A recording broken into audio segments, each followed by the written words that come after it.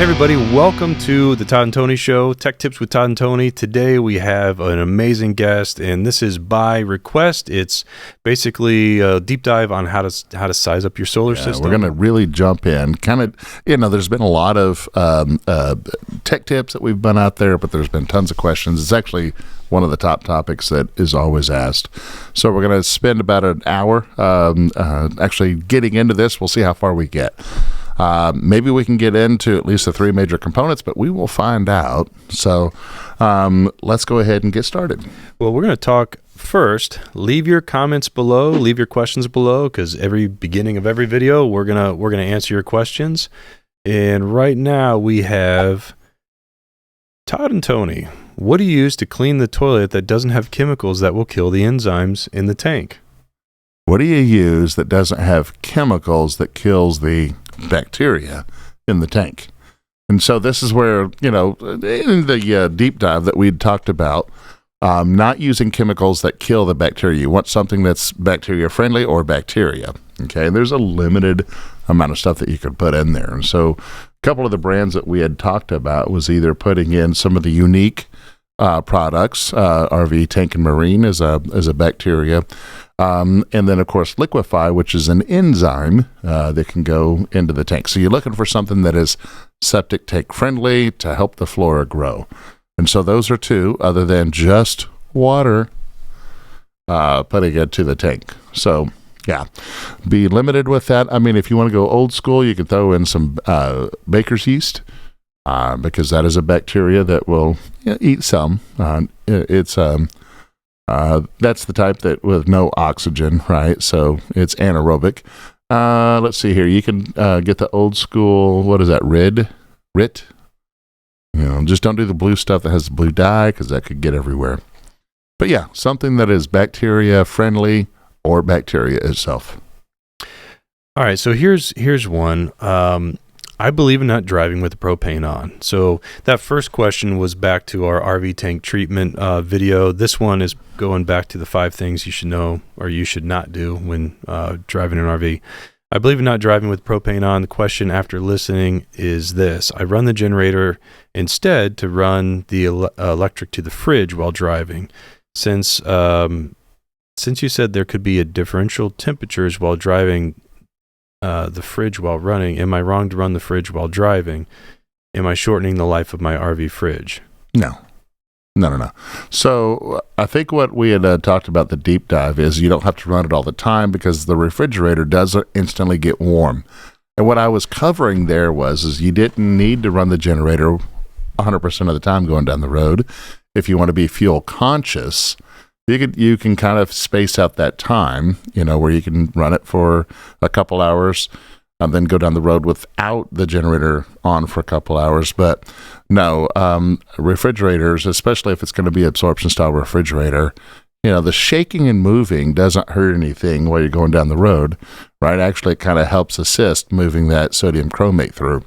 So no, you can definitely run it 100% of the time. Again, you could take something frozen solid out of the freezer and stick it in the refrigerator. That's going to help extend the time that your refrigerator actually reaches an unsafe temperature.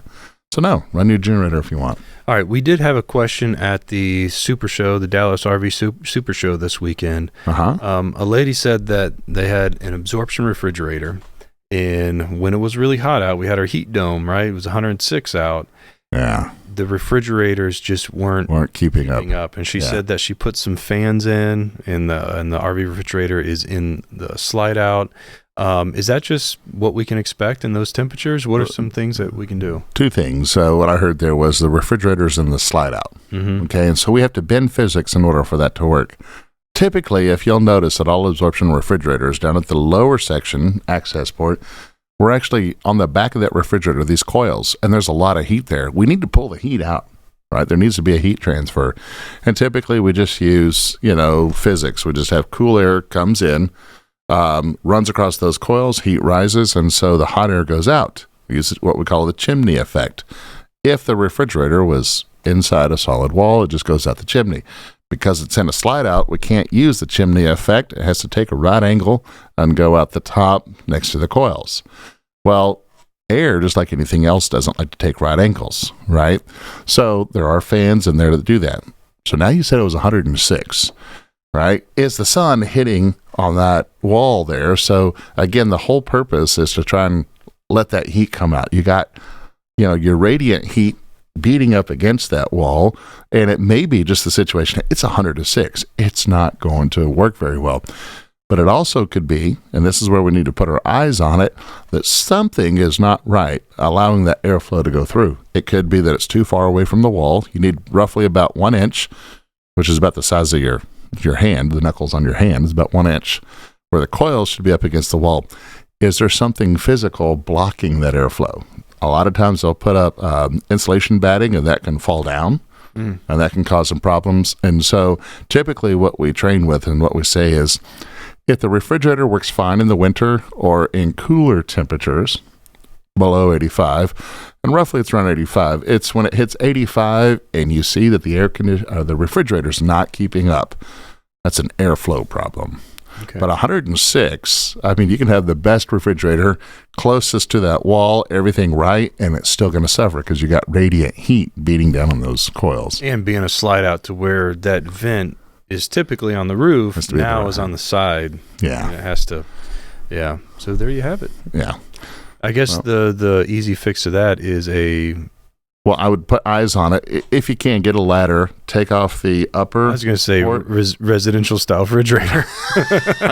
Totally true. And I think all of us, we all know that. We're just waiting until the one goes out, and then we're switching. Right. And this is where I like the idea of the 12-volt refrigerators coming in. We got to learn a little bit more about those, actually, as consumers with the proper type battery to actually run those things. But, man, I'd love to get rid of absorption-style refrigerators. That is technology that should be long gone at this point. Right. But everything has its purpose. Okay, so there we go. Let's get to our guest. All right, so now what I want to do for everyone is go ahead and bring on the individual that I reached out to train me in solar, and that's Nathan Galvin. Wow. Everyone say, hello, Nathan Galvin.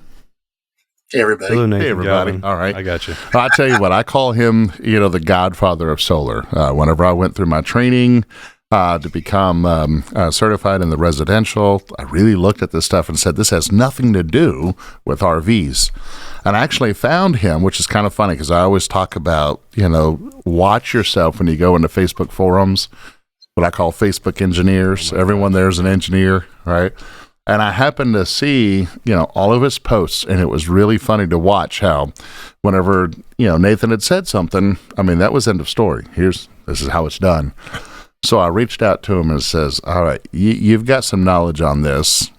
What if, if we were to work together and you train me? And so that's how I got to know him. I respect him immensely when it comes to anything solar. Now, what's funny, Nate, you're not a solar installer, are you? I'm not. All right. Do you want to tell us a little bit about what you do, or how did you get to the point where, I call you the Godfather? Well, I work in IT, and when we were going to move into our fifth wheel, we wanted a system that was as reliable as grid power. And after about a year of research and planning, we deployed our own Victron system, and we work full-time out of our RV using that power. And to be able to grow the system, manage it, keep it up to date and patched, I had to learn everything about it because I'm the power guy. When you live in your RV, you're the guy that is responsible for all your utilities, and to take care of an expensive system required some training. And I went through Victron's free courses for certification. I attended a lot of their webinars. I went to some training and need to learn more about the system than maybe the average Joe. And I wanted to share that information. My field of my career is in open source software, and I wanted to share what I've learned with everybody else, and I'm happy to help people. And so that's how I met him. And then for about a year, we would meet up online. I'd ask a bunch of dumb questions, and he was so kind to answer them. And I can tell you, I can't rattle him. So He's a wonderful guy. So we're bringing you on. We're doing a deep dive into solar. We typically do tech tips, and there's a ton of questions. So we felt that what we'll do is let's just do an expanded, topic on this, and let's go ahead and cover it. So there's a lot of misinformation out there. Really? And, yeah. And I was the same way. When I first was approached to teach solar, I really had the concept, and I've said it before, well, if it can't run my AC, then it's simply not worth it. So that's the way I looked at it. And honestly, if you go back about 9 or 10 years, it was still pretty much the case. I mean, the cost in order to get an inverter to produce that much power and batteries, it was, it was just enormous. So what has taken place over the last 5 years has been a huge opening into, bigger inverters. The cost of those things are going down. The cost of batteries are going down. And it's being more accessible. Yeah. Now, when I was looking for my system, I can tell you that I just thought that I needed a bunch of batteries. And then if I had that, I didn't know enough. I just thought, okay, batteries is what I need. And that's it. And then, of course, this was many years ago, and I've learned a lot, passively through Nate, I guess, that it's a little deeper than that. You can have that big system, but if you're looking for something just as a weekender where you want to be able to have some things running while you're traveling, or you just want to go somewhere and not have to deal with the park and boondock, you can have a good experience with a smaller system. But I think it all begins with understanding how much you need. And that's where I think a lot of the confusion is, because it's how many batteries, how much solar, because I'm going to start with batteries. It's like, well, okay, well, you're just going to, you're just going to be good at night, and then you're going to run a generator during the day. Well, I'm just going to start with, I'm going to fill my roof with solar, and then I only need like one battery. It's like, yeah, okay, that's what why? Most people, when they think of solar, it's how many solar panels do I need? And then I'll say, well, it's also about batteries. Right. But there's more than just batteries and solar And it's panels. actually really simple. Yeah. It's really simple. And I'm going to let you explain was this it. a toss over? Okay.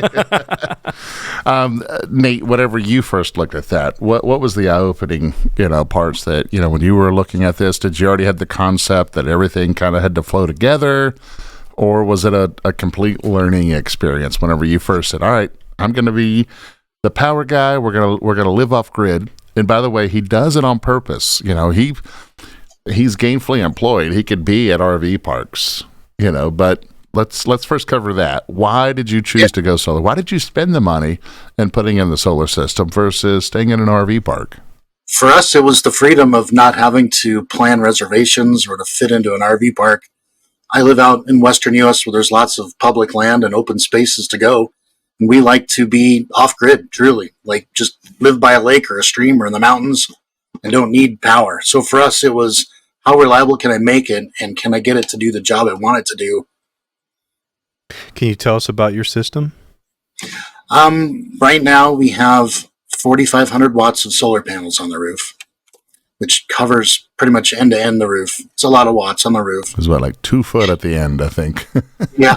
We have a little over 1,500 kilowatt hours, or 1,500 watt hours, 15 kilowatts. So that's in 12 volt batteries, 1,200 amp hours. And we have 2 5,000 watt inverters, basically. And the inverters let us turn anything on in the RV that we want at any given time without having to worry about turning something off. We can't run them all the time, but the idea was, much like in your home, if you're in the kitchen cooking breakfast and maybe your wife is doing hair in the bathroom with a hair dryer running and maybe laundry's on, you don't really think about, well, I need to turn off my stove to turn on my hair dryer. In an RV, we didn't want to live that way, so we sized our system for really high burst loads, so we don't have to worry about turning something off. It won't run all those loads all day long because there's just not enough battery power or solar to recharge it. But the idea was that the system was built enough for us to operate it without having to think about it. I don't have to think about my system. It just provides me power as I need it. So, yeah, 4,500 watts of solar, 1,200 amp hours, 15 kilowatt hours of battery. and two 5,000 watt inverters. So what would you say the first step is? If I'm a new RVer and I'm looking to dabble in solar or get into an energy system that will allow me to have more freedom, what's my first step? Look at your wallet. Wallet. Well, if you put a budget aside, because people can source products of varying price points, you put the wallet aside and just think about, what am I going to use in a given day? What power needs do I have? It's not just concurrent watts running at once, but it's also the little things that might run all day long, and then add all that up. If you go through the math exercise and really plug into like a spreadsheet, how much does this one thing take and how much am I going to use it in a day, and add all that up. It's called a power audit, and you can get pretty close with what your consumption might be at a given point in time. What we've learned is that changes through the course of the year. Wintertime, my furnace is running more. Summertime, my air conditioner is running more, and those have different power needs. Lights are on more when the days are short. The days are long, the lights aren't on much. Maybe I'm using my blender a lot more in the summertime to make my frozen drinks because it's hot out. Those power usage patterns are kind of difficult to map for any one point in time of the year. And then conversely, the solar harvest varies depending on the year. If it's summertime, long days, wintertime, short days. So when we sized our system, I did it all out on paper first, and it was pretty close to reality for that moment in time. As we lived in our RV for a year, we learned that we don't make as much sun in the winter as we do in the summer, and our power usage changes depending on years. So when you do a power audit, those are some considerations you have to add up as part of your equation when calculating what do I need. Right. Well, I mean, the good news is for winter, the furnace isn't using near as much power as your air conditioner, so that could be considered a wash. But so if I'm a new RVer and okay, I need to do a power audit, right? How do I figure out a power audit? So when it comes to the air conditioner, there's a formula I know to figure out how many watts. Can we run through that real quick, and maybe I'll throw something on the screen while you're explaining it. So let's pick something simple like a microwave. Let's use a round number like a 1200 watt microwave. If I want to run 1200 watts for an hour, that's 1200 watt hours. That's a lot of popcorn. Baked potatoes or what? Maybe you've got a convection oven and you're going to roast your Thanksgiving turkey in it. Okay. The idea would be that you would build a spreadsheet for every device, list every device you expect to power. Your phone, your laptop, a monitor, a TV, your LED lights, your furnace. Those have varying power consumption specifications printed on them, whether they're in amps, at volts, or watts. If you can convert all those into a common denominator like watt hours, how many watts per hour does this thing consume, that gives you a baseline on where to start. So the first step for me, when I recommend to some users to size their system, would be add up everything you expect to run in a 24-hour period day, convert it to watts. That way it takes out the volt equation. When I say that, I mean some devices are 120 volt, like your microwave. Other devices are 12 volt, like your LED lights. And those need to be converted to a standard form, the format that you need to add it all up in watts and watt hours is usually the best way to do that. Okay, so if I have if it tells me, like my microwave, if it's a 1200 watt microwave, I know the answer.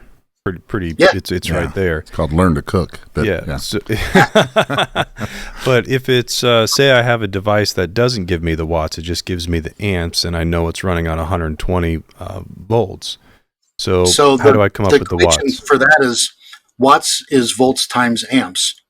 Okay. Or volt times amps equals watts. If you've got a 100 watt light bulb that runs at 120 volts, like your house, that's going to be 10 amps. That's going to be what amps? 10.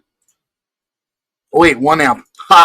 Well, 120 watt light bulb 100 at 100. watts divided by 120 volts is 0.83, so it's 0.83 amps. Right. True. So close. But if you have a 100-watt lamp, you don't need to convert that because it it'd be gave easier it to you. if you have 120 watt lamp bulb, light bulb, and you're pulling 120 volts to do it. That's 1 amp. Yeah. That's Yeah, 1 amp but drop. so we're That's trying to right. get to 1 watt. I want all the I want all the viewers to be able to figure out how to get to watts. Yeah. So And most of the appliances tells you it uses watts. I mean, it's the small stuff like the lights and stuff like that. Typically, when I have people go through an energy audit, I always ask them to list their large appliances. Can you live with 1 air conditioner? Can you live with 2 air conditioners? Right? How long? And I could even kind of extrapolate based on the temperature. That's what I'll ask them. Is eating optional? To living. If so, then you may set your thermostat to 76. Well, if you set it to 76, it's not going to cycle as much. But if you're normal size like me, then that thing may run, 20 out of 24 hours a day. right. So, and that all is consumption. It's hard for people to sit down and think, well, how many hours a day is it on? They may know subconsciously. So I'll ask them, do you like it cold? I try to make it easy. You like it really cold or you like it warm? When you're sitting down watching TV, are you cold? Are you putting on blankets? If so, you're probably not using it as much, right? But to me, it's the large appliances. However, the small appliances that you're using all day, those will sneak up on you. CPAP machine, right? If you use a CPAP, typically you're sleeping for 8 hours, somewhere around there, however long you sleep. Actually, if you use a CPAP machine, 8 hours would be glorious, right? You're probably more like 5 or 6 hours. But if that thing only draws 2 amps, you may think, it's not that big of a deal. All right, so there's a good example. So I would take 120 times 2. That gives me my watts per Get you hour. your watts. Okay. Yeah. All right, so now that we know how to get to watts, we have a list of all the different stuff we're using. We have the wattage. All right, what's our next step? Well, that's watts per Storage. hour. How many hours? Yeah, go ahead. I'm sorry. So for me, the other formula there's how many concurrent watts will I need to use at once? If I want to run the microwave and the air conditioner and the hair dryer all at the same time, I need to know what is my burst output need to be. That's a good thought. So you would group them together. How many of these could I use at the same time? Because that's going to affect what size inverter you get, right? Mhm. Man, that's a good point. Y'all Yep. listening to this? That was good. Yeah. Yeah. So the burst watts, my worst portion of the day is in the morning time. I've got my coffee pot running. I might have a hot plate, an induction stove making eggs. My wife might be making a bagel with a toaster running while we've got other appliances running. All that watts is all at once. It's a short period, maybe 10 minutes while we're cooking breakfast together, but it's still, we might have 6,000 watts for 10 minutes and not much the rest of the day. So to be able to meet that burst demand is where you can size your inverter maximum output. Once you've done that, your inverter's going to have an idle load for the rest of the day where it's not being used. You want to calculate that into your spreadsheet of needs. Like if I've got my Starlink running at 120 watts an hour, it's on 24 hours all the time. I'm going to tack on my inverter that might be on 24 hours. It might be a 60 watt inverter. I want to make sure to include that. Once I've done that calculation, then I can figure out, well, how much energy do I need to store in my battery bank? Once I've determined how much energy I need to store, then I can determine how much solar do I need to recharge it. You may find that you can store more energy than you can recharge with solar, and then you have to supplement your charging with maybe a generator or a tow vehicle or alternator, some other source. Yep. Or open up your wallet. Yeah. Well, okay. So I mean that's true. So It is true. Let's make it simple. How much do I need to burst?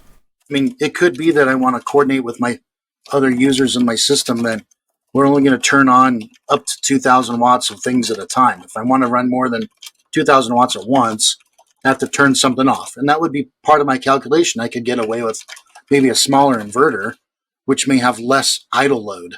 So it's really important to determine what your concurrent loads are going to be and start from there as your baseline. And that would be to size inverter, right? Your Yes. concurrent loads or your large loads. So Yep. typically what I would say, in your everyday, are you aware that the air conditioner's on and you decide to use the microwave? So those two both come out at the same time. We would have Yep. to size that inverter accordingly to be able to run the potential of both loads. Are you one of those that likes two ACs on all the time? Are you okay with turning off one AC if you're going to use the microwave? Or you're like, that's too much work. Well, still yet, larger inverter or two inverters typically at that point. Yeah. Now, with batteries and solar panels, the ability to add on after the fact, wouldn't you agree that if you were going to invest in something at the get-go, it would be get a bigger inverter just in case? Yeah, the inverter is kind of a one-time buy, right? And it's very hard to upgrade an inverter. You can add solar panels, and quite honestly, with lithium, you can add lithium batteries later on. So yeah, if we're saying that budget is kind of an issue or a concern, yeah, the inverter, as he's saying, the power source, yeah, we really got to figure out, if we're going to invest in this, and I don't change my habits RVing much, or whatever acceptability range that would be, yeah, the inverter, it's hard to upgrade from there because you got to take it off the wall and put another one on. It's not like I can buy something to put in that inverter to produce more power. Right. And when we built our first system, that's how we approached it. We knew that we didn't want to have to coordinate who turns off what and when. And we bought basically the biggest inverters that I could find and fit in my RV that were within my operating needs. And then we shorted ourselves on battery and solar just to get that started. And then the following year we added little batteries. The following year we added some more solar, and we added again. And for 3 years in a row, we made significant upgrades to the battery and solar system just to enhance our capabilities. But the inverters, we bought the size that we did right out of the gate. Yeah. So he's the original Chernobyl. The original Chernobyl. Yeah. So that's what he typically calls my build, is Chernobyl. And I said, well, he was the one that actually came up with it. And it was actually kind of a funny story because he designed this and sent it off to a supplier and said, hey, I'm about to spend this much money. Can you sign off on this? Here's my schematic. This is what I'm thinking about doing. And everyone looked at it and goes, dude, I have no clue what you're doing. So he keeps researching, calls Vitron directly, works his way through Vitron directly, and it works its way all the way up the chain to where they kind of looked at it. Now, Vitron, for everyone, in another country, they're out of, the Netherlands? Is that correct? Netherlands. Yeah. So they do 230 volts over there. We're 120. And whenever they built it, RVs were not a thing in their mind, especially RVs here in America. Everything was 230, let's run industries, and so that's why they built it. He sends over this design, it gets all the way up to the brothers, they look at it and go, yes, that'll work. But he then got on their radar. So, yeah. Anyway, he's the original Chernobyl, I should say, in the RV space, I guess. You did have 8 Big Beard batteries. Yeah. Yeah, because I could design the batteries, I was able to little easier. go ahead. Yeah. But everything about the inverters first, right? So I guess the takeaway there is, you do have to do that energy audit. Like I said, I do it kind of a down and dirty, make it simple for the RVer. Let's look at your large items. How many do you want to run at one time? Okay, we got to get an inverter big enough. So if you go to bigbeardbatteries.com, you can actually download your audit sheet, and that way you just kind of fill out everything, and Todd's put all the different components and stuff. And then when you add up those groups of things that you just can't live without, and you're possibly going to be running all at the same time, that's going to give you a good idea of what size inverter you need to get. Right. And it also gives you a good idea if you have to have a conversation with your significant other about what size inverter you have to get. Or maybe there's decisions that need to be made in the morning. Well, and part of that is just as Nate is pointing out, you can build it. You may have your dream, right? Boom, if I'm going to RV off-grid, this is what I need. And your budget may be here. And he quickly pointed out that there's a path. Get the inverters the way you need, sacrifice on, the batteries for now and the solar panels for now, because you can upgrade those, add to them as you go along. So there is a path to get there. But that being said, Nate, do you agree with me that if you go solar, this is an addictive drug?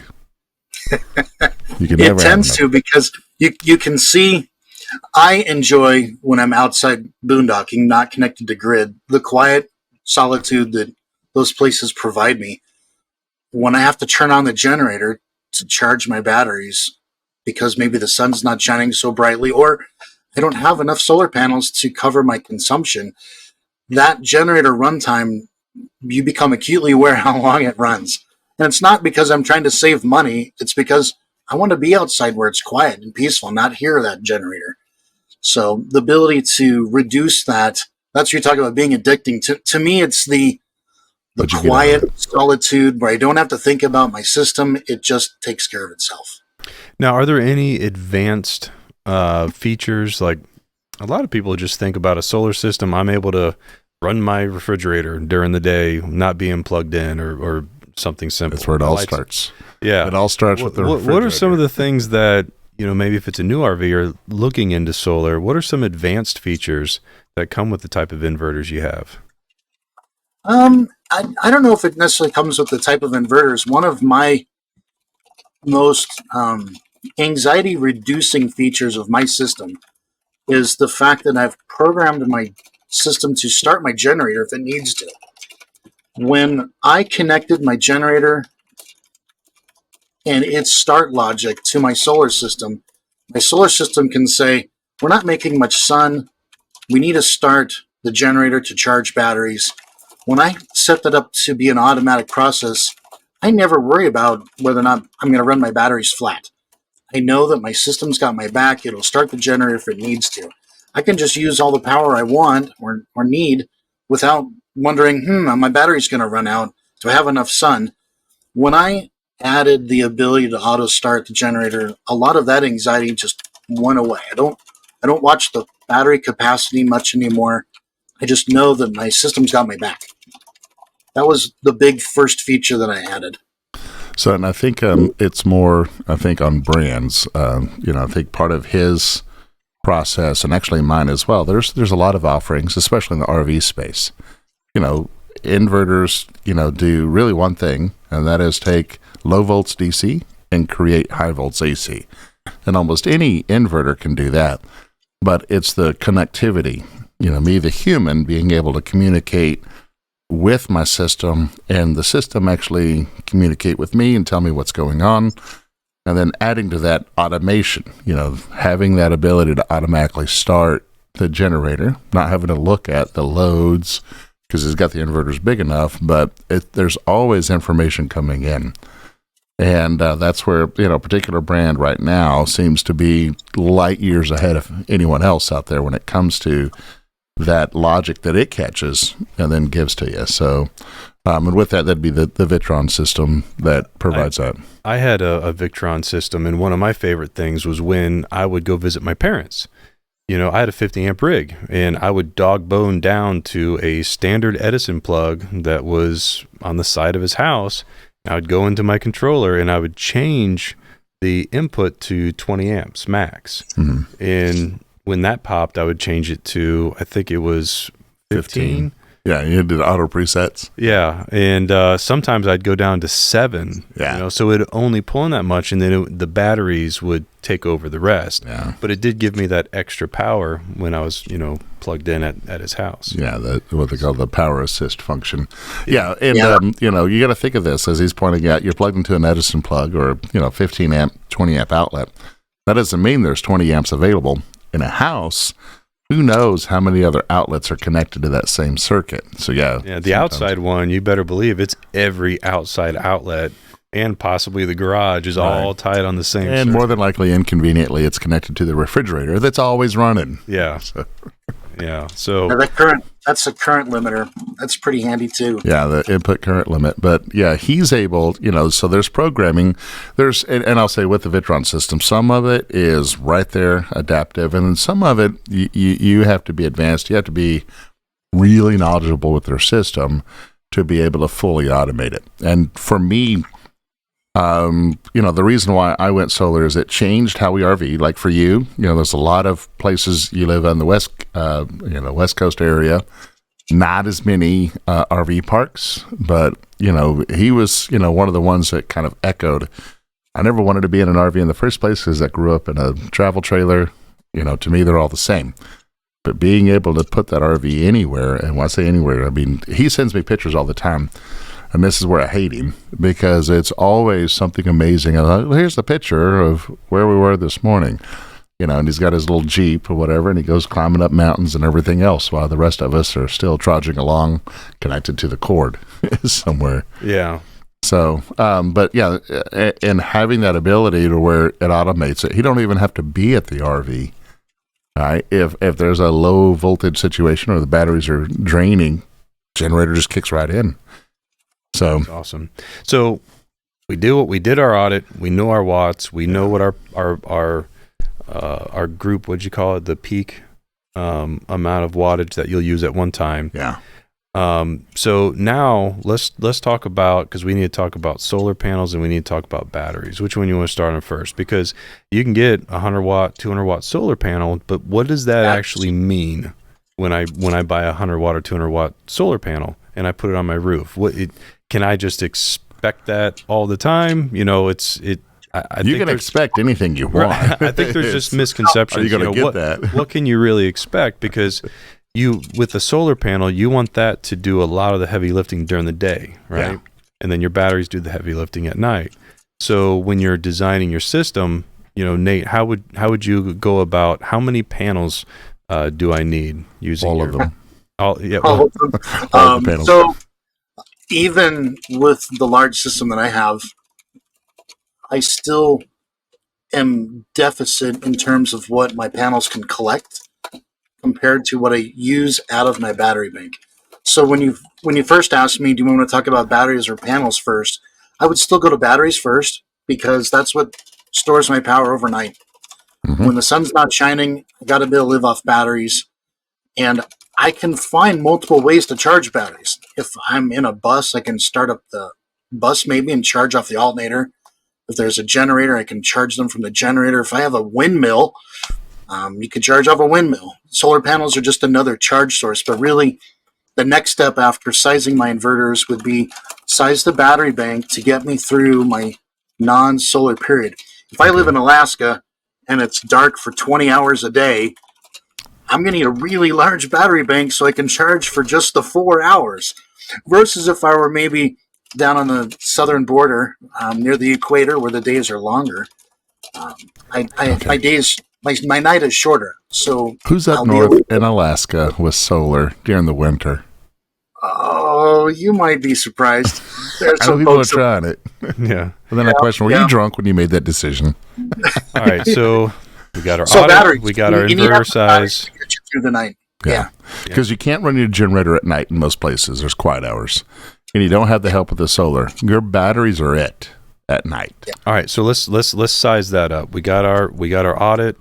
What are we looking at for batteries, and do we want to kind of do a little more than what you come up with just in case? I mean, oh yeah. So how do we go? So right now, let's use Big Beard battery, because they're big, 280 amp hours, and I heard there's possible over the new one coming out 320. Yeah, 320s. Yep. So with that, how do I take those numbers and apply it to those amp hours? You want to take it? Or you want me to take it? Sure.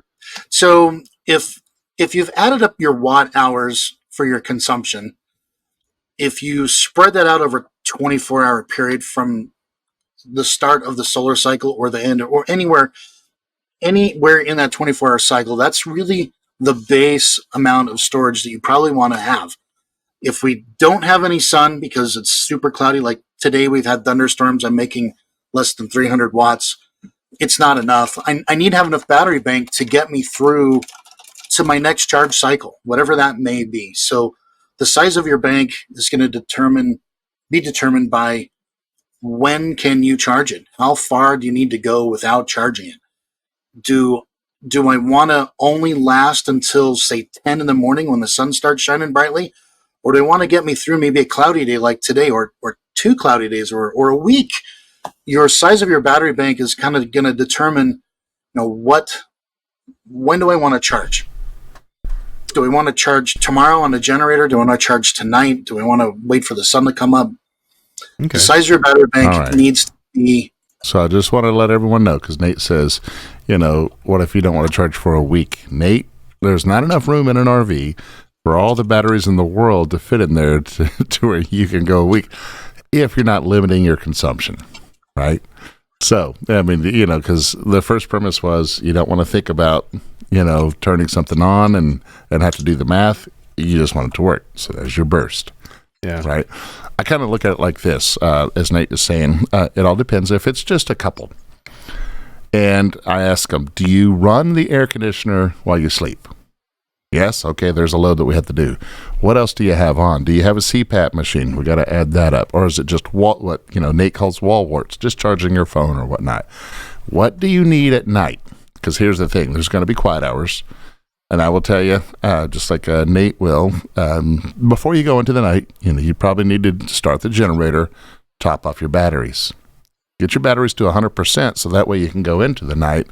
Should you want something like an air conditioner or CPAP on? Now, if you're just living off of 12 volts, then that's real simple. Everything goes off. You have minimal discharge throughout the night, maybe an exhaust fan or something like that. But even exhaust fan at 3 amps, if you have that thing on overnight, 3 amps times 10 hours, you end up with, 30 amps pulling out of that battery. Or, if we did the math on that, you're looking at about 600 watts, 700 watts on a typical battery. That's half of it. So let's say I do my audit, and to get me through the night, I'm at like 15,000 watts. Does that sound somewhat reasonable? That's running some AC, CPAP, and the AC is not going to run all night long. It's going to cycle on and off based on your temperature. So say I got 15,000 watts on my audit card. How do I convert that to how many batteries do I need? Okay. So the same conversion to watt hours. So if you have a 100 amp hour battery that's at 12 volts, you do your amps times your volts to get your watts. You add on the hour as a duration, that's your watt hours. So a 100 amp hour battery at 12 volts would be roughly 1,200 watt hours. Total. And that battery is 100% dead. Okay. Yeah. Right. Yeah. So you want to... Your battery capacity, you can calculate that into watt hours just like your consumption. So if you want to make sure that your storage covers your consumption.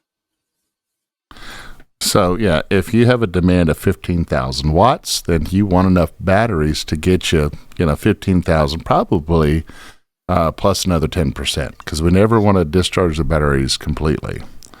So having... Plus a little bit more, because sometimes there's losses in the conversion. Yeah, Right. You get So your losses figure in conversion. 1,000, so that'd be 15.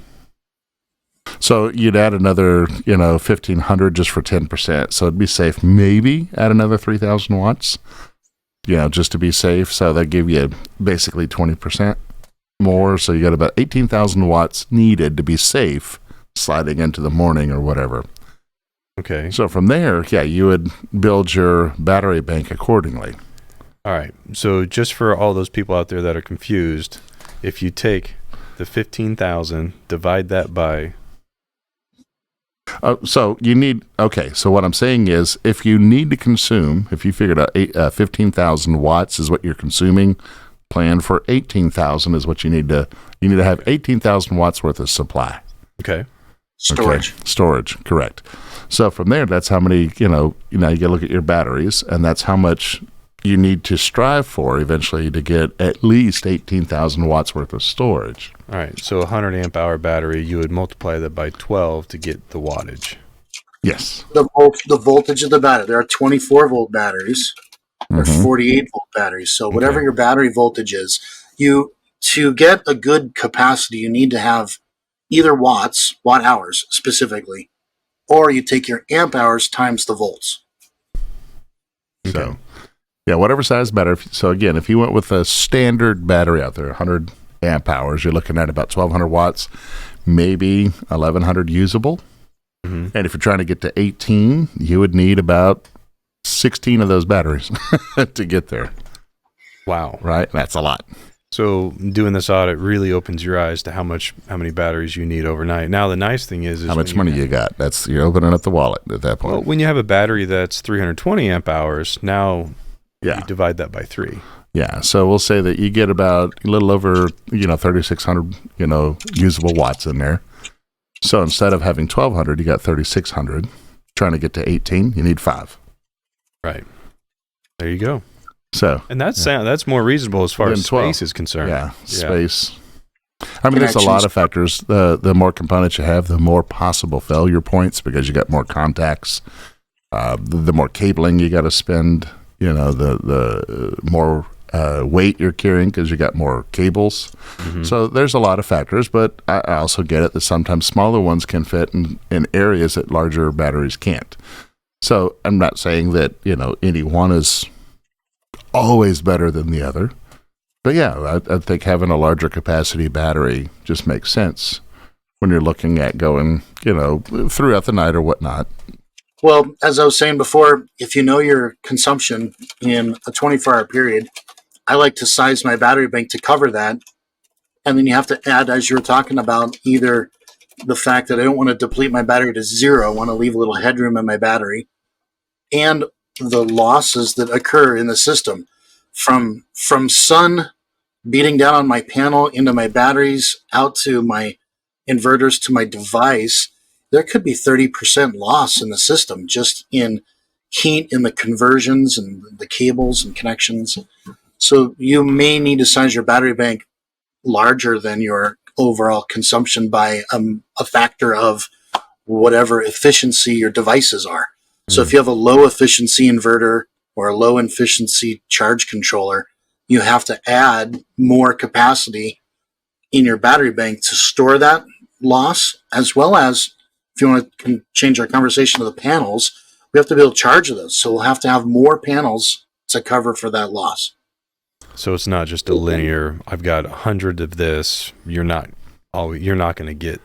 The quality of the build of whatever whatever component you're purchasing, right? And yeah, getting into the weeds, yeah, you'd open that up and says, well, XYZ brand says it's 70% efficient at XYZ temperature. Another brand may be 85% efficient at the same temperature.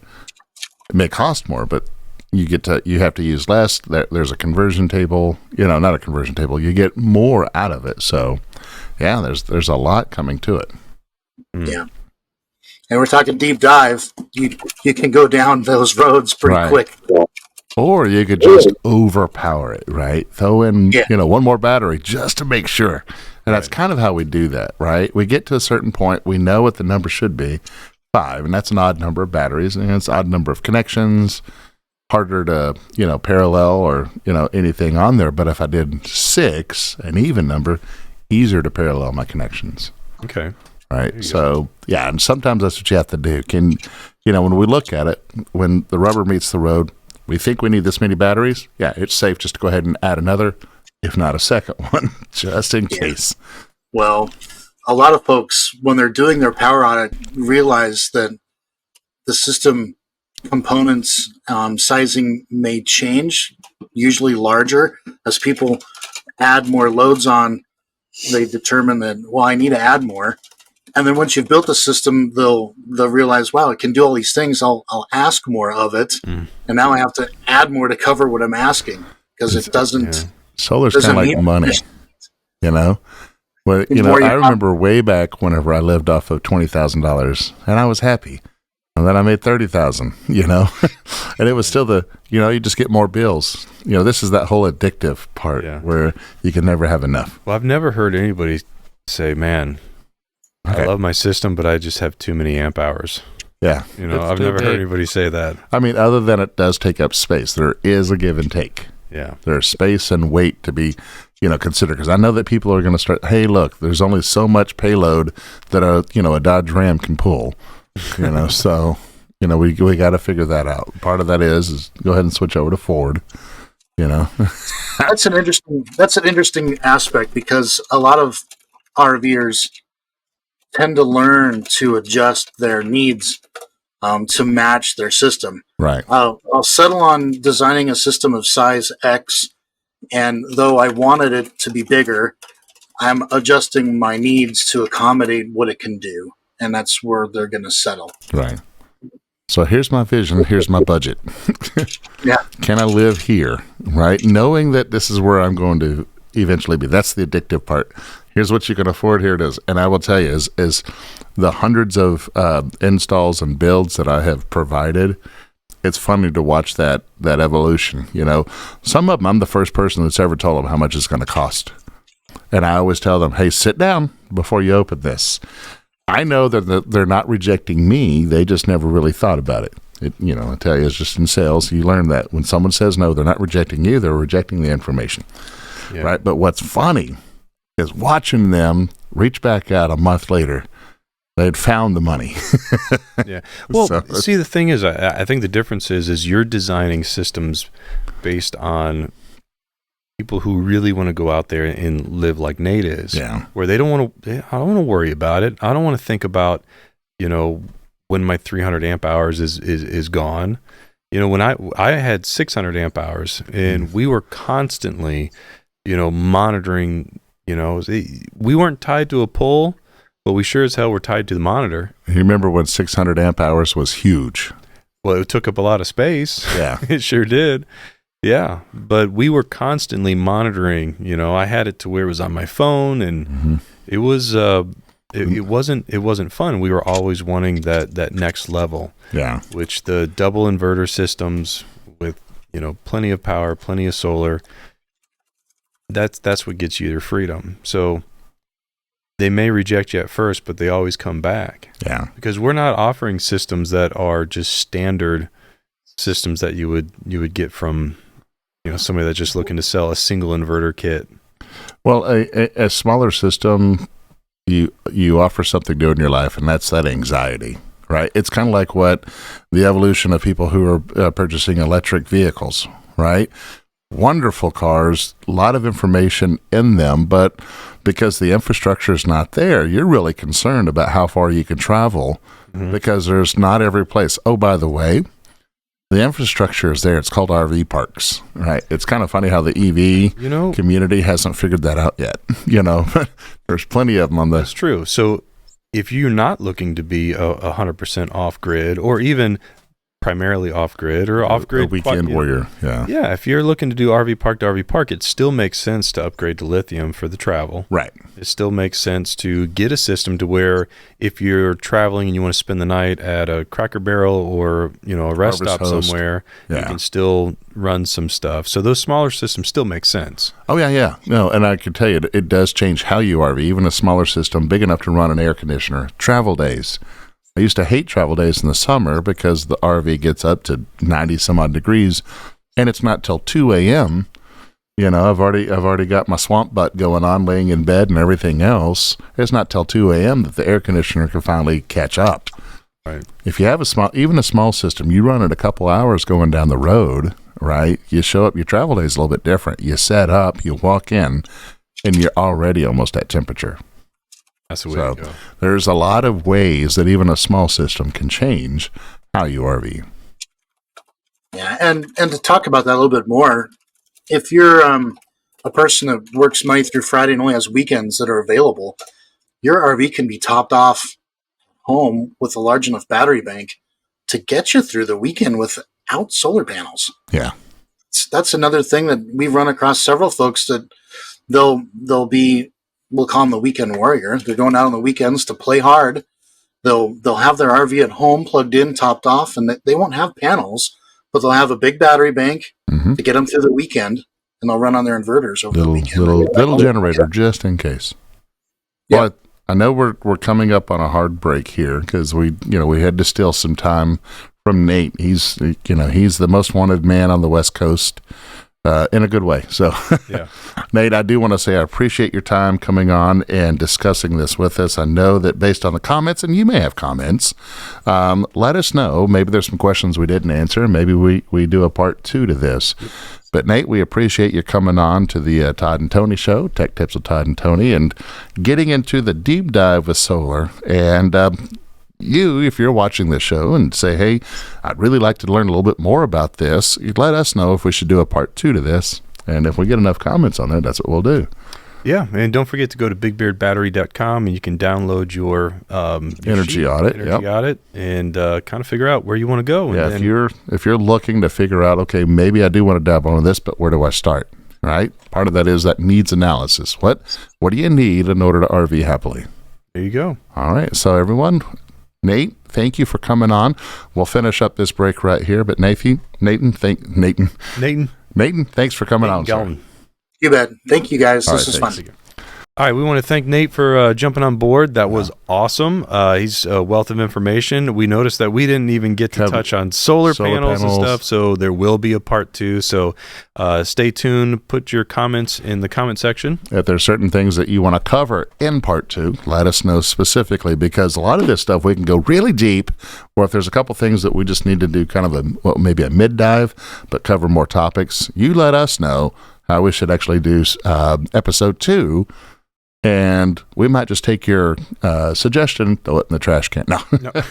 I mean, you're here to watch this, so let us know how you like to do this. If you like the new format, also let us know, because, I mean, this channel is here for you, and so you are a viewer, you tell us how you want him to act, and I may or may not comply. Yeah. So like, subscribe, and share. Let your friends know this is the new Tech Tip format.